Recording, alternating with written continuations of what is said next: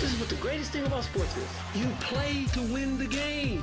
Inch by inch, play by play, till we're finished. This is Don't Shoot the Messenger podcast. X about me, X about me. With Professional Sutton. You already know. Chris G. My homie. And the Rucker Report. My family, what up? They for real. All straight with no chaser. Let the games begin. Let's go. Don't Shoot the Messenger podcast.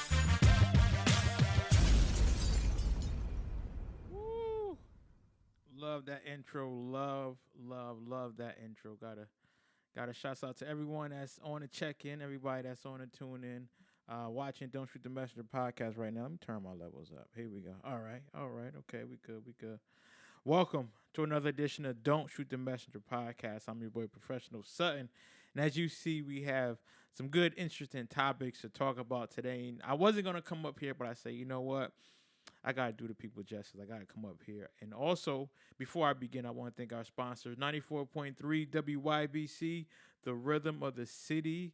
And as you can see, we have some great topics. The Niners and Patriots are still undefeated Is this a hoax? Are they really that good? Also, NFL MVP rate. So we want to talk about that. And also, we want to talk about what teams to watch for. We also want to talk about, are the Patriots and Niners going to lose anytime soon? Also, we got some college football with my man, Nick. Nick will be on the check-in with us soon. So, we want to get straight into it. Gotta talk about what has been going on in the world of NFL. Now, listen, anytime my Niners win, I'm a happy candidate. I love that my Niners are 7-0. Yes, baby, we are 7-0 now. I had a lot of people talking crazy. I had a lot of people talking about we don't play anybody. I had a lot of people just really, really just talking a whole bunch of mess, but it's okay. I love it. I love to see that everybody is actually paying attention to my 49ers. And last year we were supposed to have a good year. We were supposed to have a really good year, but, injuries got in the way. And, we just couldn't get it quite right. But today I'm here to say, no fret, my friends. We taking home the championship. Not only are we taking home the championship, not only are we doing our thing, but also we are handling business like we supposed to. And I know a lot of people were just looking at us crazy, like, well, they didn't play nobody. They're not that good. But the whooping we put on the Carolina Panthers yesterday, boy, oh boy, man, 51-13, man. We were just all over it. And I was in the building, and I will be remiss if I don't shout out, man, the CT Faithful chapter, man. CT Faithful chapter. Yeah, we was in the building. We was at the Milford Bar and Grill in Milford, Connecticut. That's where we will be watching all of our games. So if you ever want to check us out, and come on down. Sundays, we will be in the building to watch our Niners. We were heavy, man. And I mean, I was just really impressed by how we were handling things. I was really impressed how, things came together. And I know that our offense, a lot of people are saying, get rid of Jimmy G. We don't need Jimmy G. But guess what? It was a good one. And, Tevin Coleman, man, it do have 4 touchdowns, 3 rushing, 1 receiving touchdown. And I was so happy, man. I couldn't be any happier as a Niners fan just watching them get that dub over a team that some people actually had us losing to, So that's where I said, you know what? I'm not going to say anything. I'm just going to let it all play out. I'm going to let it, do its thing, So I am very, very, very happy that we got the win. And I'm just ecstatic, man. I just want to see what people has to say. So I want people to, chime in, call in. The numbers at the bottom of the screen, 203-903-8809, man. So I'm excited about it. And without further ado, man, I have a very special guest in the building, man. He's been holding me down since I started the whole podcasting journey. He's been a good friend, always checking on me, man. So Nick is in the building. How's it going, brother? It's been a long time since I've been on the radio. So forgive me, ladies and gentlemen, if I am a little bit rusty. Come on, man. Somebody like you're never rusty, man. Cut it out, man. Cut it out. Well, So I could cut it out, but what do you call it? Then there wouldn't be a show or me as doing a guest appearance. Well, listen, man, I know that you are very passionate about football and college, and we're going to talk about college later. So, I just want everybody to know that, we're going to talk about that later. But before we start, I want to talk about the NFL. I want to know, I have some teams that I want to talk about. So first, I want to talk about my Niners, man. My Niners were on a tear yesterday, and they have been on a tear for the past 7 games. What do you think about the 49ers? Are they for real, or is this just a little fluke here, man? No, they're for real. Okay. They are absolutely for real. I mean, when they were 1-0, 2-0, I was like, okay, this is a nice little story. But to be 7-0, and the way that they've run roughshod over their opposition, I think the eye-opener was a few weeks ago when they completely spanked the Los Angeles Rams. And I mean completely spanked them up and down the field. And they made, Jared Goff look like the second coming of Trent Dilfer. So, I mean, no, it was like It was really, really impressive. And last, I mean, last week, listen to me, yesterday, the way they decimated the Panthers, and then you see, Kevin Coleman with 4 touchdowns, the defense, scoring points all over the place, Garoppolo playing really solid football. I really got to tell you, I mean, this team is really going to, shock a lot of people. Now, the question that's going through everybody's mind is this: can they sustain throughout the whole season? We don't know. I mean, we can't predict the future. If we did, we'd all be millionaires right now. I have a funny feeling they're going to finish, I would say, 13-3. Okay. I feel that they're going to be, I feel that they're going to be a force to reckon with in the NFC. But we have to put them on the field with the Green Bay Packers. We have to put them on the field with, with the New Orleans Saints. We have to put the which we are going to be playing. Like I said, you already know what I'm going to talk about, because I want to talk about, we have the Seahawks, we have Green Bay, and we have Baltimore, and we have New Orleans. Those are the barometers for us. We will be playing those teams. And like you said, we haven't played those teams yet. So how is that going to look? How are we going to look once we play those teams? Well, I have a funny feeling against Baltimore it'll be a victory due to the fact that they just lost Joe Flacco due to a herniated disc, and it's something that may keep him out for an extended period of time. So that's something that, we're going to have to, we're definitely going to have to. Oh, wait, I'm sorry. Baltimore. Flacco is on Denver. Yes, he is. They traded He's not on Baltimore. Duh. What do you call it? Like I said, forgive me for being a little bit rusty. It's okay, man. Listen, man, we got this. But to be honest, what do you call it? Lamar Jackson, you have to keep him in the pocket. You can't have him run roughshod, because granted he's not the greatest passer on the planet, but he beats you with his legs more than his arm. I mean, so if they can contain Jackson, they can beat Baltimore. With the Seahawks, it's dangerous. I mean, let's just call it like it is. But I really love the way that Chris Carson is running the ball this year. This is the Chris Carson I expected the last 2 years. I agree. But he always seems to get dinged up, along the way. With him as healthy as he is now, it adds an extra added dimension to the offense. And the defense, they lost a lot of players, but they're still playing some solid football. They're prone to giving up the big play here and there. But, defense is still solid. With the Saints, Breeze is back. Always got to be worried about that. And, of course, Green Bay, well, what else can you say? I mean, this is the best I've seen Aaron Rodgers play in the last couple of years. Now, I did want to talk to you about that, because I know that you are a Vikings fan. I know yes, I that am. saying that is really tough. But, once again, you do give credit where credit's due, and that's why I love talking to you. Nick. So last night, watching Aaron Rodgers sling that rock, watching Aaron Rodgers, go up against a pretty solid Kansas City Chiefs team. I'm watching it, and again, this is what makes Aaron Rodgers so dangerous, is because he knows the game. And when you know the game, you make less mistakes. And even with the pass that, I don't know, I thought it was going out of bounds, but Aaron Rodgers, he has a way.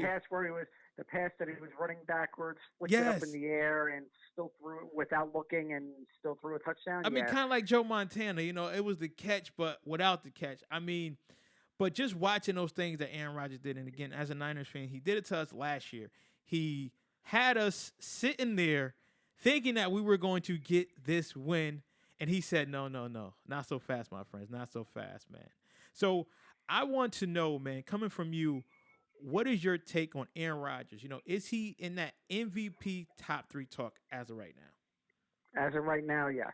I mean, there is no ifs, ands, or buts about that. The last 3 weeks, he has been absolutely phenomenal. And what's not to say that he can't continue this type of pace for the rest of the year?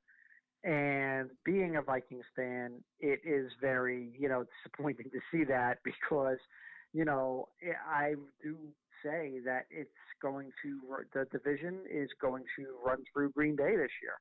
I mean, they already hold a tiebreaker on us. We're beating us in week 2, I believe it was. And, it's, what do you call it? We got to play them a second time. I mean, if we can get a season split, would be nice. But that team is just really strong across the board. I mean, they really are. So, and besides, going back to my Vikings for a second, yes, they're 6-2, but I will say it like this, and people may be saying, "What the hell am I talking about?" But this is why my moniker was once known as the Mad Scientist of Sports. Yes, sir. It's a very soft 6-2. It's a soft 6-2. Okay. Okay. Soft 6-2 meaning. Look at the opposition that we have beaten. Okay. What team have we beaten has a winning record? And you're talking about your Vikings. Yes. Okay. What team has a winning record? I mean, it's just the Kirk Cousins modus operandi. Beat the teams that you have to beat, but when it comes to playing like a top contender, he folds up shop like a two-bit pony. Well, I would not disagree with you on that. I think that Kirk Cousins, he should be arrested. The way he has just taken that money and run with it. He's a magician, man. He almost did it to Washington. Actually, he did it to Washington, and now he's in Minnesota doing it. But you know what? Get that money, young man. Get that money. Yeah, he got his money. When he signed 2 years ago, I even said it, I was not happy about it because we pretty much hamstrung $28 million a year to a guy that has a record of like 5-28 against the teams with winning records. He always puts up good numbers. He's just not a franchise quarterback. Never has been, never will be. Now, can he prove me wrong? I sure as hell hope so. I would love to see the guy win a big game in my lifetime, or my team win a Super Bowl in my lifetime. But when it's, to be honest with you, again, it's like a wait and see. Now, someone had commented, Marcus Myers, man, what's up? We got Marcus on the check-in. He said that Aaron Rodgers averages 2 interceptions a season. Only average. That's crazy. That is bananas. That is bananas. I didn't even realize that. I mean, I know, again, when you understand the game, you make little to no mistakes. And Aaron Rodgers has done that right now. Now, I had this argument with Trey. Shouts out to Trey. And he was like, well, Aaron Rodgers, he's the hands-down winner. I said, well, I don't know. Dangerous going to have something to say about that. And although he's hurt, I would not count Pat Mahomes out just yet. I think that now he's getting his rest. Again, people say he won't be 100%. When you're playing NFL, you're never 100%. You are hopeful and lucky if you can be 88%. So, I mean, I think that those three right there are definitely front runners for MVP. That's absolutely right. And, excuse me, with regards to Pat Mahomes, I'm going to just call it like it is. When I saw that injury, I literally almost puked in my seat. It was ridiculous. I never, on a QB sneak, I saw the knee. Crazy. I literally had to walk away from the TV. I thought his career was done. Because when you see a knee pop out like that, it's not only just your kneecap, but it's also your meniscus, your ACL, your LCL, your PCL, pretty much everything. I thought his knee was destroyed. And when they said it was just a dislocated kneecap, no ligament damage, the boy was very, very lucky. True. But I got to tell you, he's been playing with fire all year because twice his ankle got rolled on. Yep. One time I really thought it was going to be broken, but it wasn't. It was just like a minor sprain. And now with this, they should keep him out for the foreseeable future to make sure that he's completely healthy. Meaning, don't play him next week. Play him like in a month. Mm-hmm. Have Matt Morse hold the fort until he's like as healthy as possible. So now, speaking of healthy, the only Drew Brees has returned yesterday. He played a struggling Cardinals, but again, like Aaron Rodgers, he knows the field, so he makes little to no mistakes. How are you liking Aaron Rodgers? And shouts out to Steven C. He also said you can't forget about Drew Brees and that talk of MVP race. Well, considering the fact that Drew Brees just came back from injury, it's going to take a little bit of time for him to even be thought about in the MVP discussion. Now, we also got to remember that Drew Brees is is in the twilight of his career, and I don't mean that by any disrespect, by any imagination. Right. I'm just going by the last 6 games of last year when his numbers were pedestrian at best, and Bridgewater pretty much held the fort. Nothing special done. It was just a hold the fort type of quarterback. Is he? He's not. To me, I don't think he's the heir apparent to Brees.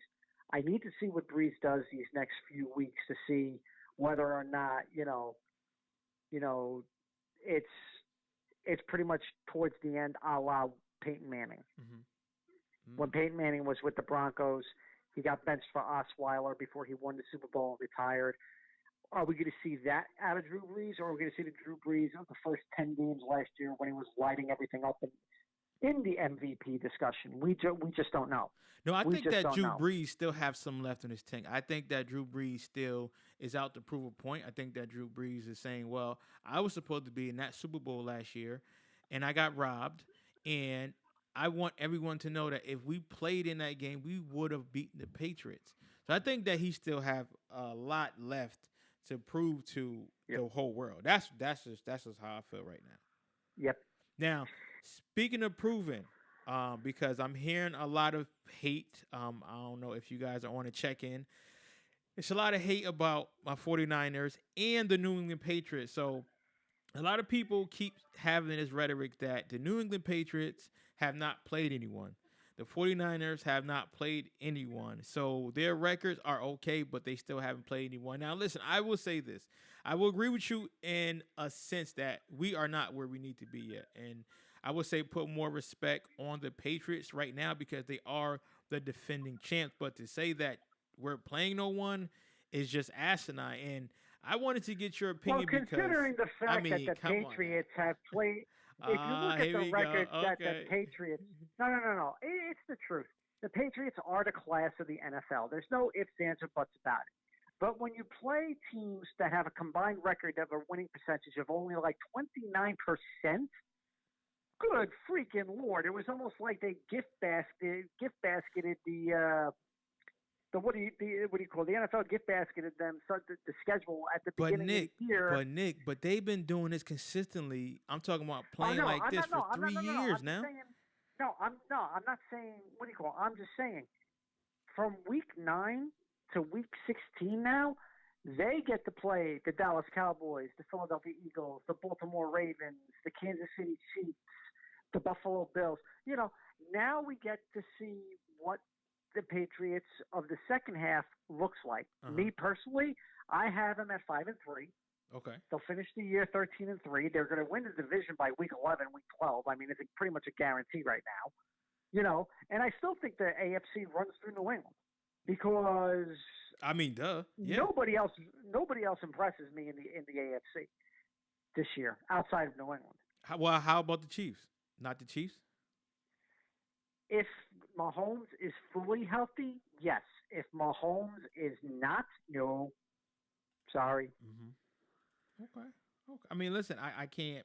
I think that Mahomes will be okay. I think that he will be quite all right, But I just feel that when people say that they don't play anybody, I'm like, come on. I mean, you got to remember what they've been doing for the past 5 years. I mean, they won, 3 championships?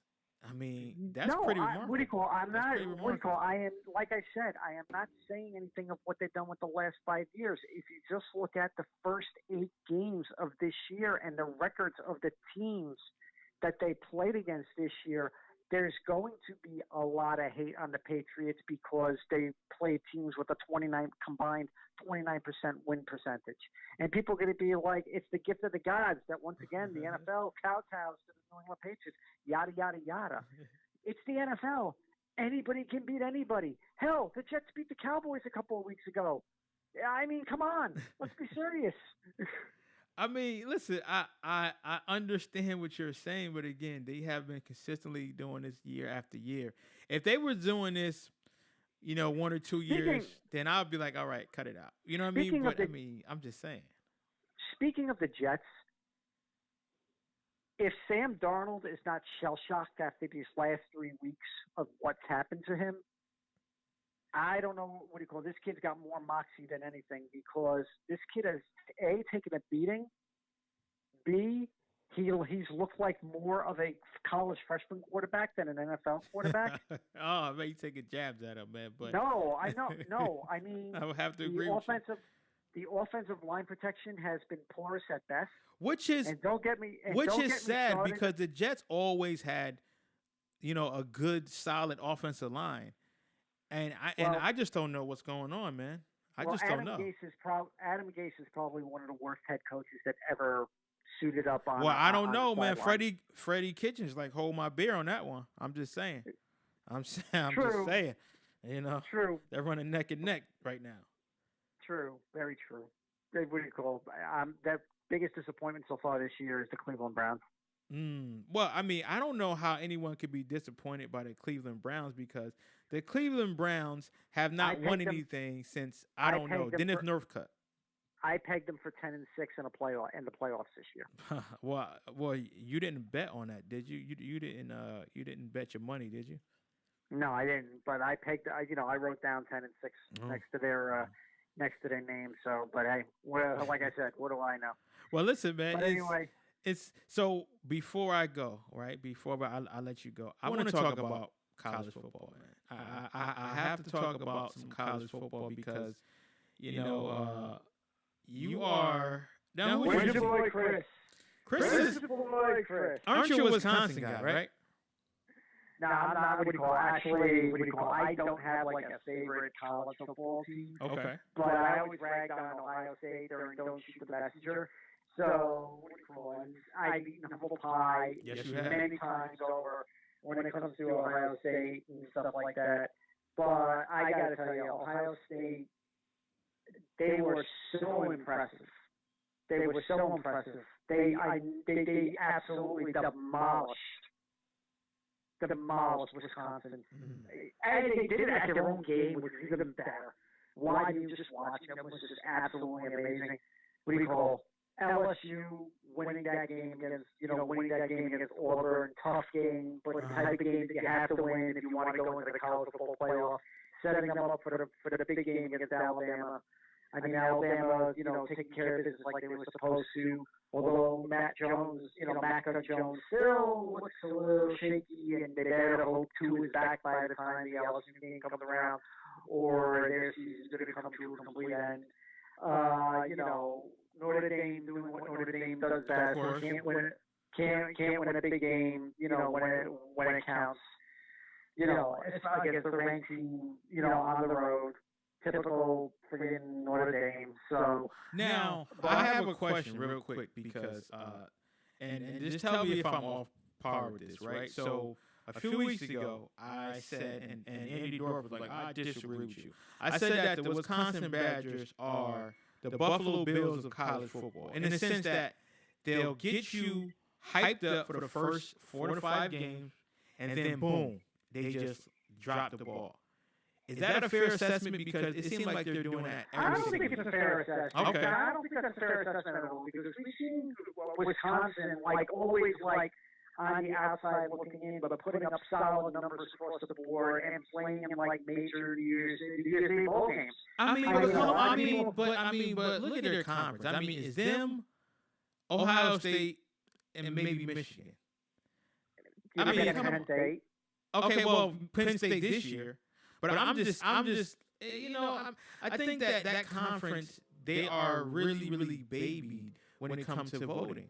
I think that they love the Big Ten and the Big 12 and Alabama. We gotta put them in there too. They love Alabama. Well, to be very honest with you, if you look at the Big Ten conference, sometimes conferences have off years. I mean, who really would have expected Michigan State to really not, Michigan State to not play Michigan State style football? I mean, seriously, who expected, Wisconsin to lose to Illinois last week? I mean, I did. But yet you got teams like Minnesota that are a top 25 team. You got Indiana, who's also, top 25 I mean, and then you got teams like Oregon. You know, you got teams like that who are just creeping up silently, just saying, "Go ahead, you can give everyone a trophy right now." You know, we'll just continue to dominate. You know, the Pac-12. I mean, like that's just amazing. Yeah, well, what do you call another thing is, another big thing for college football this year is, the Big 12 with Oklahoma losing to Kansas State, they pretty much opened the door. I love it. No, they pretty much opened the door for the Pac-12 to possibly be in the running for a college football playoff. And not only did they lose, but also Texas lost as well. Texas also lost as well. So that's like wow. There may be the possibility that both the Big 12 and the Pac-12 be shut out. Because think about it. Think about it. You're probably going to have two SEC teams. I wouldn't be surprised at all if there's two SEC teams. Okay. You're definitely going to have a team from the Big 12 because honestly, I don't see anybody beating Ohio State as much as it pains me to say that. I agree. And then the fourth team, you just don't know. I mean, it could still be Oklahoma if they run the table and win the Big 12 championship. Which they will. It could possibly be, a team out of the Pac-12, but I don't think a two-loss team is going to get in there. It could be a second Big 10 team. It could be a second Big 10 team. Penn State. I mean, Penn State. Now, speaking of teams running the table, right now, LSU. How you liking LSU?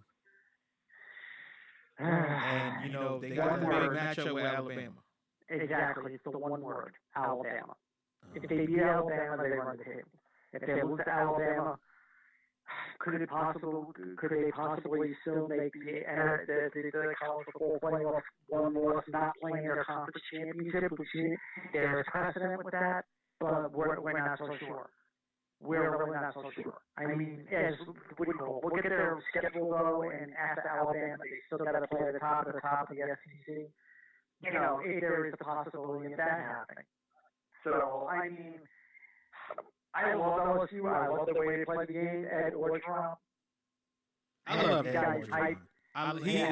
He's that old school guy. He got that voice, and he is every college football player's coach. I love it. Yep. I don't even know him, and I'm calling him Ed like I know him. And I always said, imagine if LSU had a quarterback these last few years.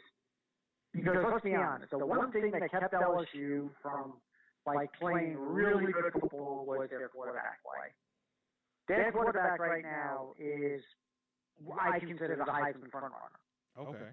So, that's what they've been missing these last few years. And, again, the game against Alabama, that to me pretty much sets up the rest of the SEC for the rest of the year. Now, Alabama, as we know, their schedule always favors them every single year. Now, after LSU, they have Mississippi State, I think Western Carolina, and then they got the big one, the Iron Bowl against Auburn. So, the Auburn game is no throwaway. Everything else is a throwaway.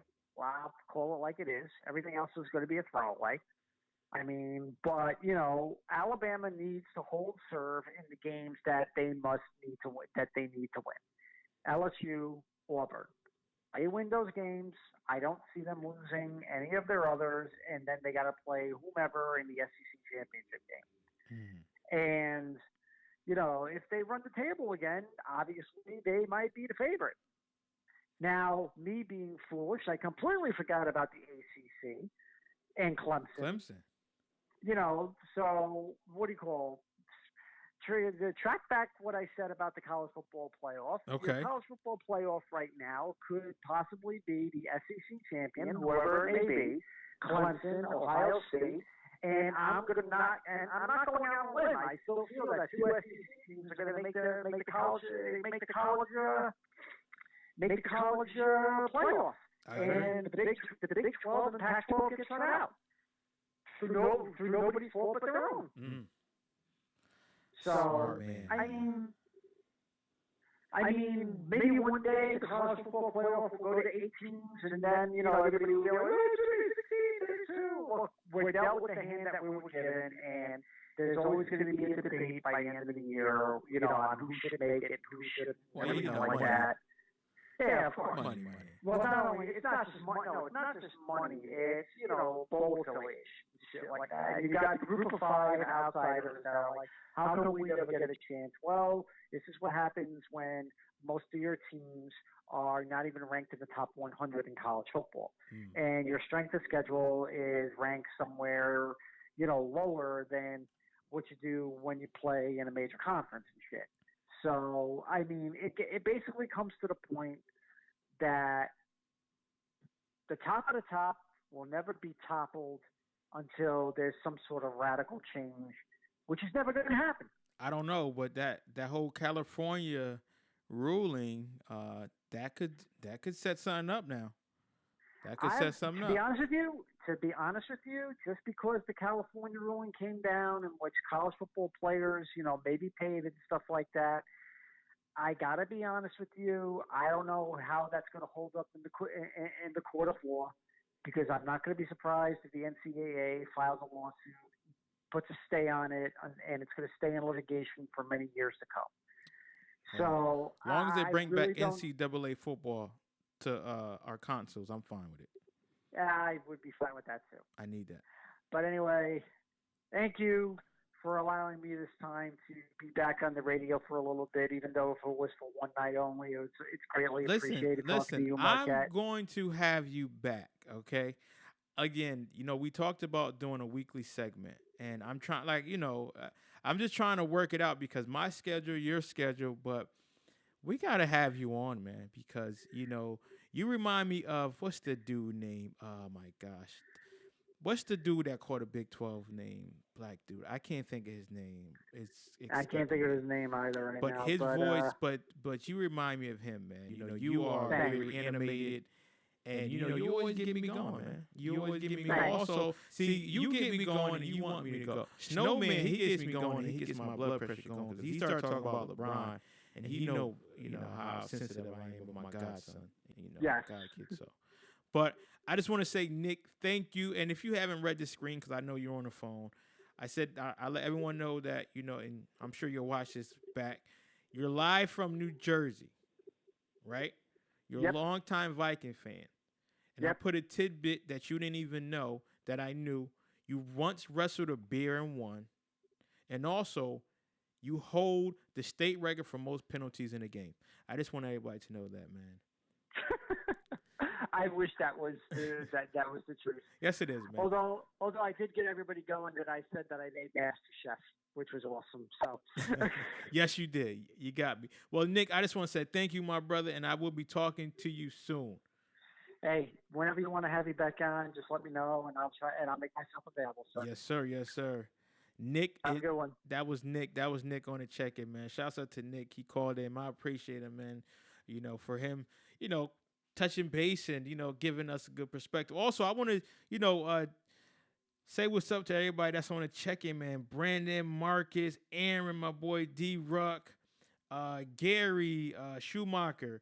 Everybody that's on the check-in, man, I appreciate you guys. Everybody, coming along and, just supporting me. And I know it was late, but shouts out to you guys. But I do want to go back to New England, and I know that Tom Brady, everyone keeps saying Tom Brady's season is over. I know that there were some reports that Tom Brady will be calling it quits in New England after this season, and I don't think that that's true. I think what's happening is the newspapers are running out of things to say. Why would Tom Brady want to leave following this season, knowing that he's older, knowing that he might not go to a really good team that he can make better or can make him better? Now, some are speculating that it might be the the Los Angeles Chargers. Now, again, I'm not anyone's personal Adam Schefter here. I don't know. I'm not no insider, but why in the hell would he want to go to the Chargers? Because someone please let me know why he would go to the Chargers and call in. We got the number up 203-903-8893. 8809. I want to know, why would Tom Brady, after all these years, why would he want to go to another team besides the Patriots? Now, people keep saying he wanted to play for someone else so you can prove that Bill Belichick did not run him. He don't need Bill Belichick's scheme. But again, until we hear it, I don't believe that it's true. I won't believe it. It's not true. Tom Brady is not going anywhere. He's staying in New England. He has the best of the best. Now, people are looking at reports because he sold his house. So what? His wife probably said, hey, during the winter time, we're going to stay in L.A. That's all. Everybody been saying the same thing for the past 5 years. Tom Brady is staying put in New England. And also, to follow up with what Nick was saying, and also I want to shout out, who was saying that, Brandon. Brandon was saying, with the whole speculation of teams not playing anyone, that's just crazy. This is the NFL, okay? In the NFL, you play the best of the best, and I know people don't like to admit that, and some of these records might prove otherwise, but these are still grown men who are good at what they do.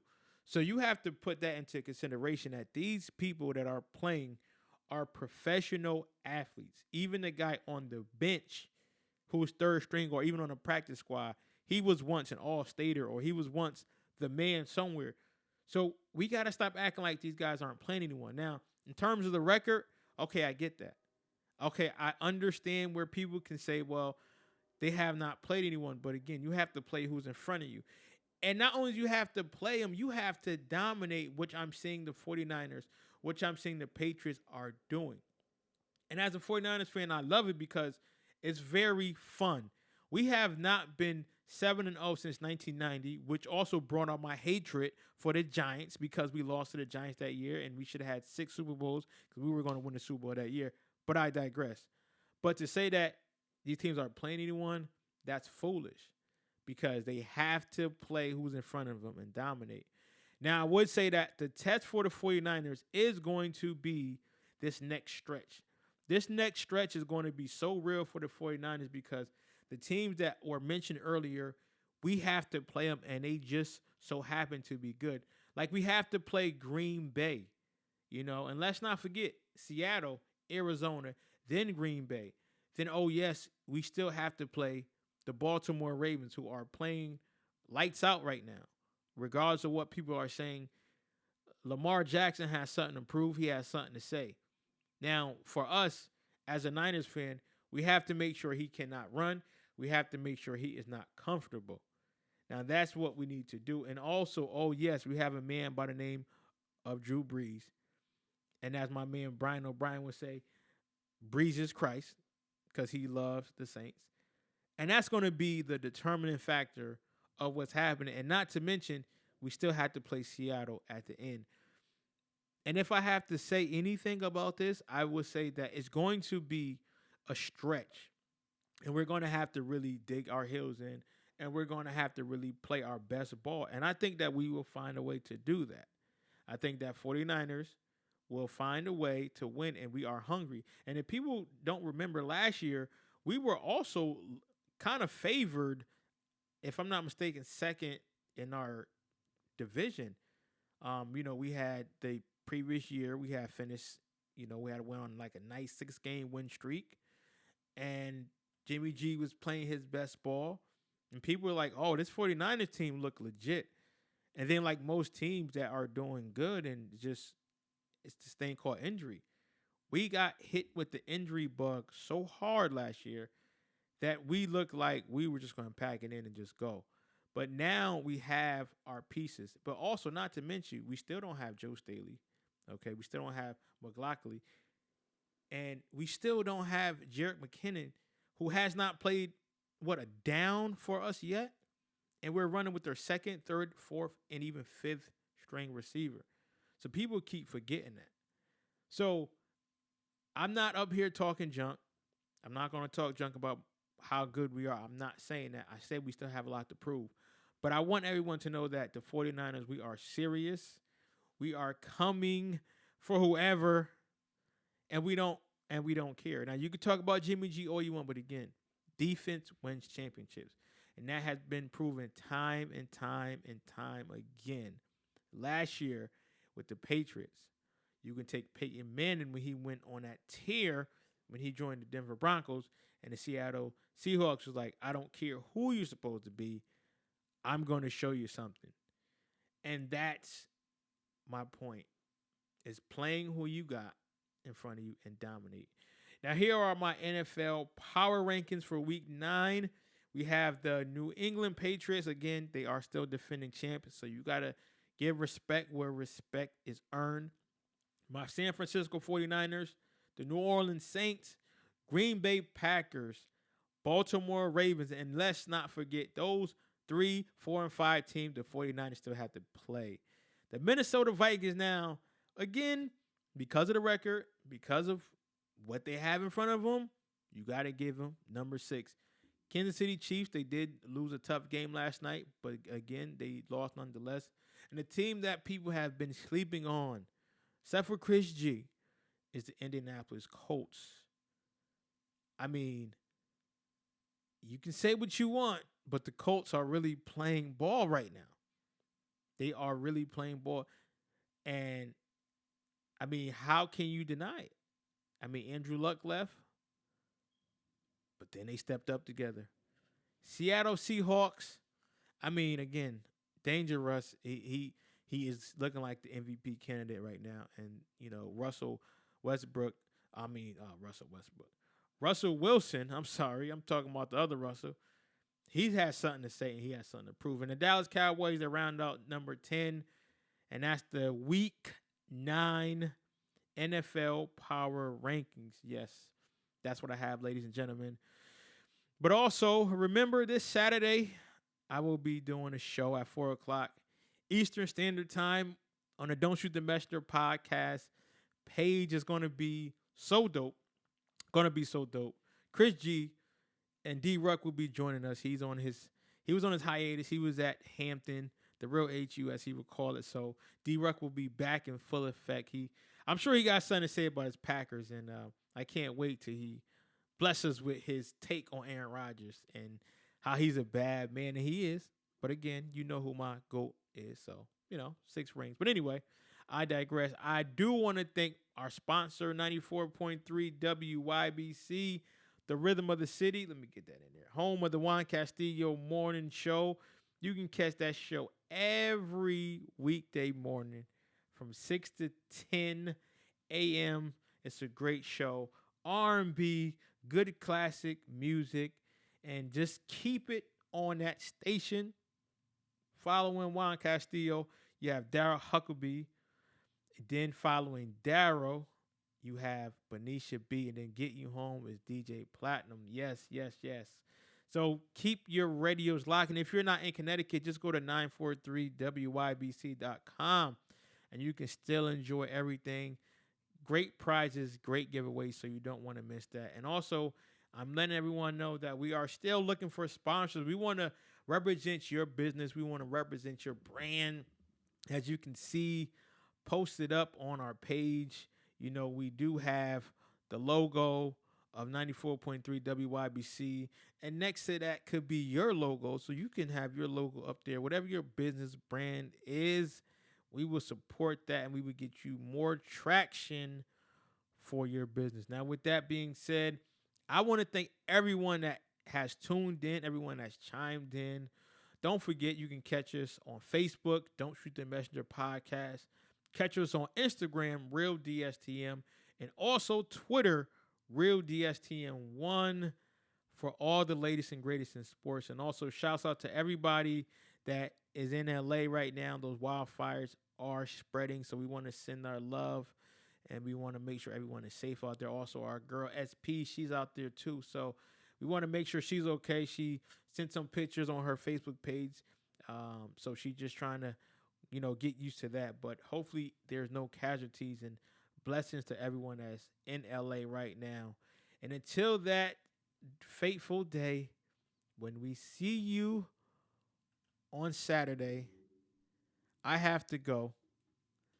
I got to finish eating, and I got to finish doing what I got to do. But it's been a great show, and thank you for everybody that has tuned in. Ready? This is what the greatest thing about sports is. You play to win the game. Inch by inch, play by play, till we're finished. This is Don't Shoot the Messenger podcast. X about me. X about me. With professional Sutton, You already know. Chris G, My homie. and the Rucker Report. My family, what up? They for real. All straight with no chaser. Let the games begin. Let's go. Don't Shoot the Messenger podcast.